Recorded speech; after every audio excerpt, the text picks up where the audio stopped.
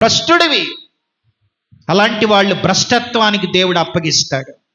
కనుక నీ తల్లిదండ్రులను సంతోషపెట్టవలెను, నిన్ను కలిగిన తల్లిని ఆనందపరచవలెను. నీ దగ్గర బైబిల్ ఉంటే ఈ మాట కూడా చూడు. సామెతల గ్రంథం 30వ అధ్యాయం, సామెతల గ్రంథం 30వ అధ్యాయం 17వ వచనంలో ఈ మాట ఎప్పుడు చదవలేదా నువ్వు? ఒకసారి చూడు. సామెతలు 30:17 ఏముంది అక్కడ? తండ్రిని అపహాసించి అంటే తండ్రి మీదే లేచి అపహాసించి, తల్లి మాట వినలన్నలి వాని కన్ను లోయకాకులు పీకును, పక్షిరాజు పిల్లలు దాన్ని తినును. ఇట్లాంటి మాటలు ఎప్పుడు చదవలేదా? అమ్మా నాన్నని ఎదిరిస్తావా?